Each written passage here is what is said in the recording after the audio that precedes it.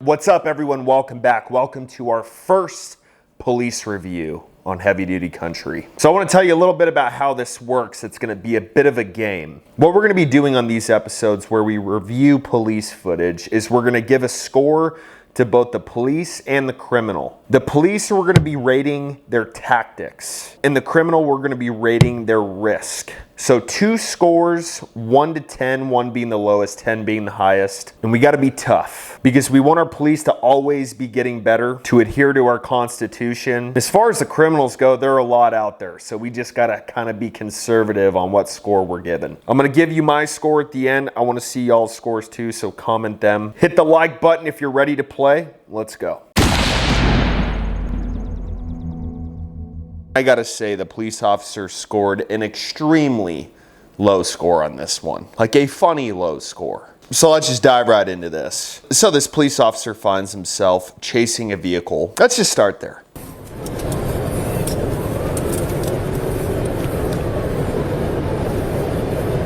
Whoa, whoa, whoa. So we're just pulling out carbines in the vehicle without knowing if they're armed yet. Then he asks if they're armed. What, did he damage the weapon? And then this vehicle actually starts shooting at him. 6-2, shots fired, subject just shot at me.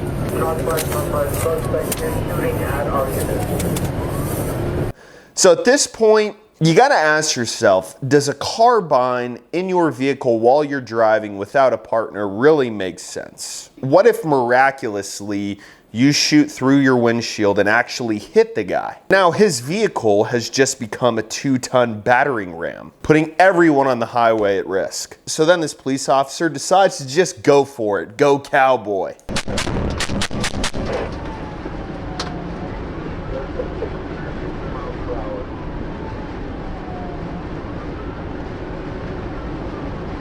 Let off a few rounds in the cop car. They call it a car bop, kind of like a desk bop in the movie The Other Guys. Gamble, listen to me. I'll try to make it real clear. We honor the flag, and you crap on it when you don't shoot your gun in the office. Please do. Pop one off. There you go. Pop it off. Don't think, just go. Think. Here we go. Do it, yes. Oh, hit my first desk bomb.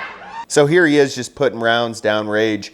And then he decides to use his windshield to support his carbine. Glass. You can see him shove the end of his barrel through the window.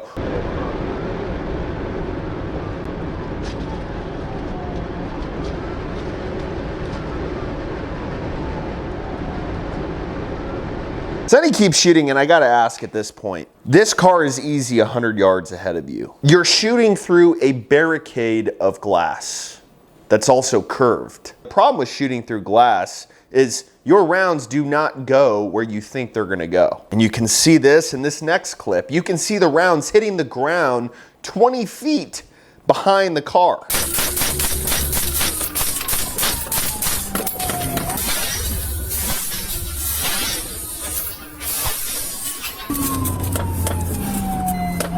He has no aim at this point. And there's another cruiser right next to him. God, I would be so pissed if I was in that other cruiser. You're just spraying rounds all over the highway, hoping that you're gonna hit this guy, and then, well, no one knows what's gonna happen after that. They could turn left, they could turn right, they could flip over into another car. And then this has to be one of the best parts of this video. Returning fire. Now I'm gonna need some more 223 rounds up here. Oh my God. So, if I may, how are you expecting them to get 223 rounds into your vehicle during a high-speed chase? Hopefully the suspect stops at a gun shop, because that's the only way that would make sense. You only brought 2 mags? Yeah, I need 223 rounds, so if a cruiser could just pull up next to me and just throw some in my cruiser. Preferably if you could put them in mags for me. Wow. And I think he forgets a fundamental point of police chases. You can outrun a cruiser. You can't outrun a radio, which essentially means he can radio 10 miles up the next county over and say, hey, we're on a chase. Can we get a spike strip? Can we get a barricade? There's no reason to be emptying mags on this highway at this point. And then at the end, you can see this car lose control. He flips around, goes into a field, and burns out. All right, now he's back over. Okay, he's about 45 down, 45 down. Salvage stop, salvage stop. And then you can see this other cop Just put his vehicle in neutral and just walk with it.